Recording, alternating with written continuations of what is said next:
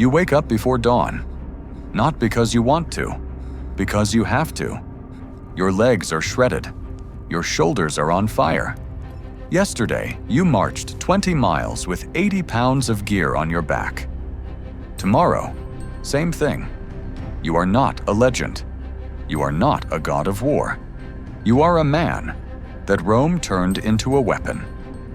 What made the Roman legionary the most feared soldier of the ancient world? Not magic, not luck. A system. A ruthless, perfectly engineered system that took an ordinary man from an ordinary village and forged him into a living machine of war. Today, we break him down completely. Body, gear, tactics, psychology. And one final question. Could you survive a single day in his sandals? Before we talk weapons and battles, you need to understand one thing. The legionary wasn't just a soldier. He was the foundation of the entire Roman war machine. Think of the Roman army as a building.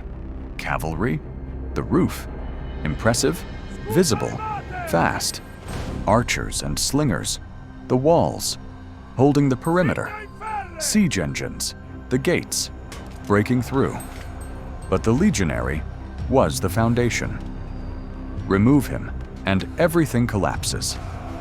Heavy infantry, organized into legions, decided the outcome of almost every major Roman battle for 5 centuries straight. A legion consisted of roughly 5,000 men, divided into 10 cohorts, each cohort into 6 centuries of 80 soldiers. The centurion commanded the century, and the century was the atom of Roman military power. The legionary fought up close, chest to chest, face to face, not from a distance, not from cover. He was the tip of the spear Rome used to conquer the known world. Here's the first big myth about the legionary. People assume the legions were filled with desperate poor men who had nowhere else to go. Partially true, but not the whole story. In the early Republic, you couldn't join the legion if you were poor. You needed property because soldiers bought their own equipment. Only men with means could afford armor, shields, and swords. That changed with Gaius Marius, one of the greatest military reformers in human history. In 107 BC, he opened the legions to all Roman citizens, regardless of wealth. The state would now provide the equipment. And that's when the legion as we know it was born. The requirements were strict. Roman citizenship, no slaves, no foreigners. Age, typically 17 to 35. Physical condition, no disabilities, no serious illness. Character. A centurion could reject a candidate he deemed cowardly or undisciplined. Criminals were generally not accepted, though in the late Empire, with recruitment struggling, exceptions were made. You signed a contract for 25 years of service, 25 years. If you enlisted at 17, you'd retire at 42, if you survived. In return, a salary, food, equipment, and, if you were lucky, a land grant after discharge. For a common man in ancient Rome, the legion was one of the very few ways to climb. Now let's talk about what he was actually made of. The average height of a Roman legionary, based on skeletal studies, was about 5'6". Pretty average. Compare that to an Egyptian warrior, slightly shorter. A Gallic warrior, bigger. A Germanic warrior, the giants of the ancient world. A Numidian rider, about the same. So by height alone, the legionary was completely average, but height was never the point. Weight, around 150 to 165 pounds. Lean, wiry, trained. No excess fat. Genetically, legionaries were predominantly Mediterranean in build. Dark hair, darker skin, compact frame. And that frame came with one extraordinary advantage: endurance. Smaller bodies lose heat more efficiently in warm climates. They burn fewer resources. They carry water longer. The Roman Empire's primary battlegrounds, North Africa, the Middle East, Southern Europe, were exactly the environments that body was built for. Now, the real number. A legionary marched 15 to 22 miles per day, with a load of 70 to 90 pounds on his back, every single day, for months. Compare that to modern NATO infantry. The standard forced march benchmark, 18 miles in 8 hours, carrying 65 pounds. That's considered a demanding test, not daily routine. The legionary did it as routine, then built a fortified camp afterward. Then stood watch through the night, then did it again the next morning. Even a modern marathon runner would look at that and quit. This is where it gets serious. The legionary's equipment wasn't a random pile of metal and leather.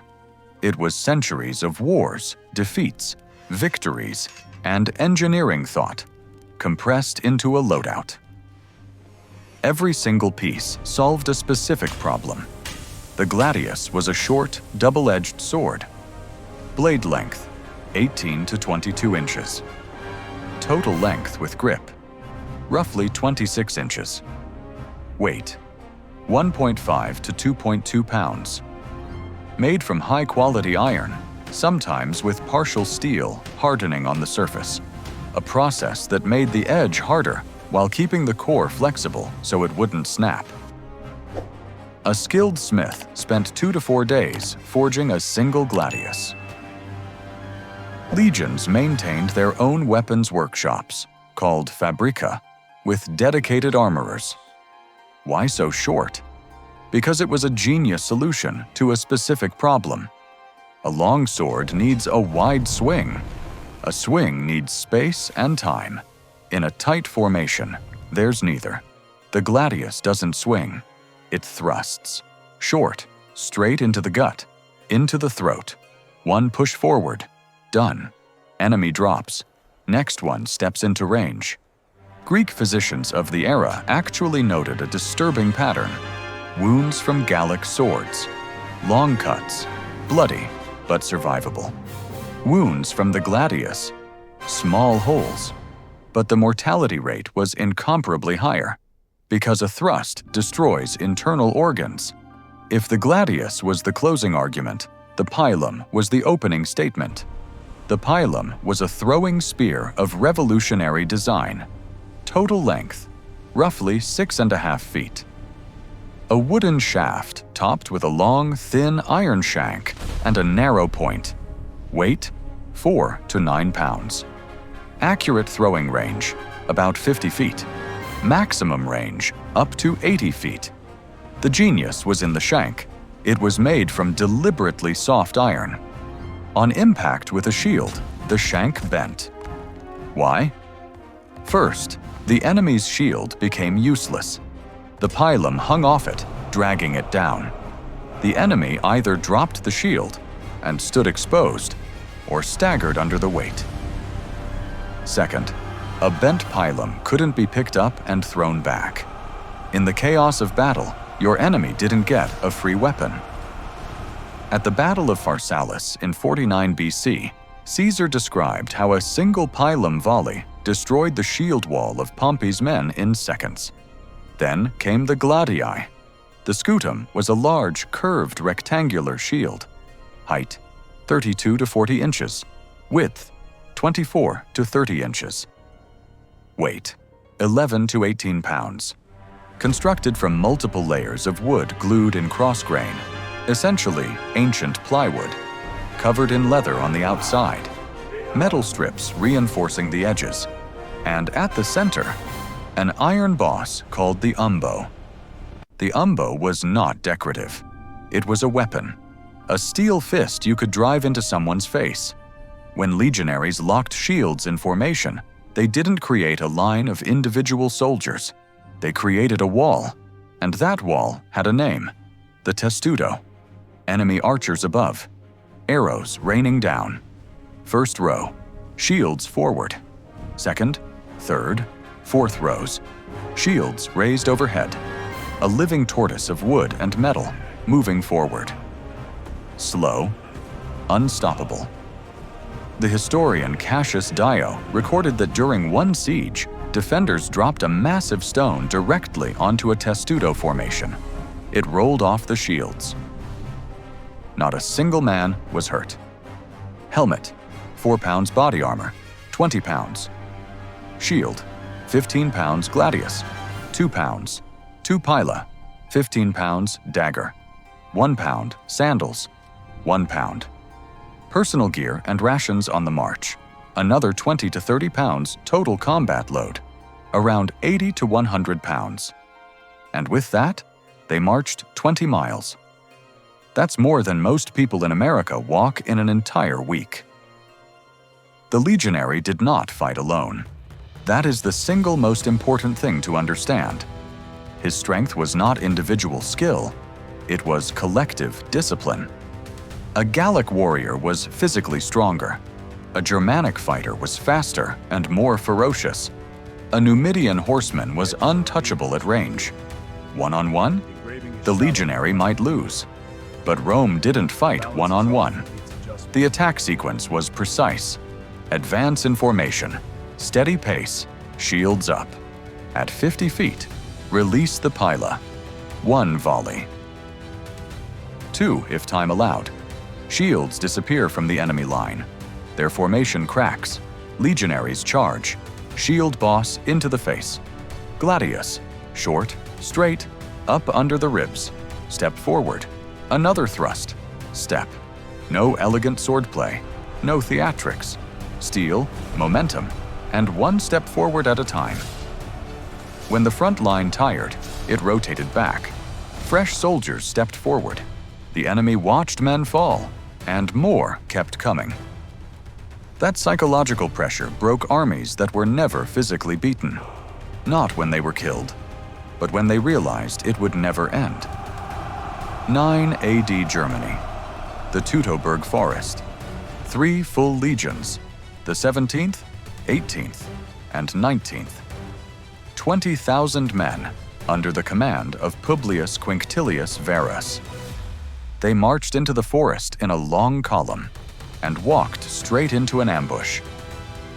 Germanic warriors under Arminius, a man who had served in the Roman army himself and knew exactly how legions think, attacked from the trees. Rain, mud, no room for formation, no room for the testudo. All 3 legions were destroyed. When Augustus received the news, he reportedly wandered the palace for days, refusing to cut his hair, striking his head against the walls, crying, "Varus, give me back my legions." Among the dead was a centurion named Marcus Caelius. He fought until the very end, covering the retreat of the few who escaped. His body was never recovered, but his son erected a memorial stone, which still exists today. It reads, "Fell in the war." 3 words, for a man who died so others could walk away. That is the legionary. On open flat ground, the legionary was nearly unbeatable. But he had weaknesses. Terrain. Forests, mountains, swamps destroyed his ability to hold formation. The Teutoburg Forest proved that in the most brutal way possible. Speed. Heavy infantry cannot chase light cavalry or fast skirmishers. The Parthians, Numidians, and Scythians understood this and used it to bleed Roman armies without ever engaging directly. Logistics. 6,000 men consumed roughly 40,000 pounds of food per month. Cut the supply line, and the most fearsome army on earth starts to crumble. Rome knew all of this and built entire doctrines around compensating for each weakness. Not perfect, but adaptable. Which is why it lasted 500 years, 35 miles a day, 80 pounds on your back, 25 years of your life. A formation you cannot break without dying. And when it was all over, maybe a patch of land, maybe a few coins, maybe just 3 words carved in stone. These men, without GPS, without antibiotics, without body armor, conquered and held a territory of over 1.5 million square miles, and held it for 5 centuries. Next time, we're not jumping to another army or another era. We're staying inside the Roman war machine, because the legionary didn't fight alone, and the units standing beside him were just as extraordinary. Next video, we break down another combat unit of ancient Rome. Subscribe. You don't want to miss it.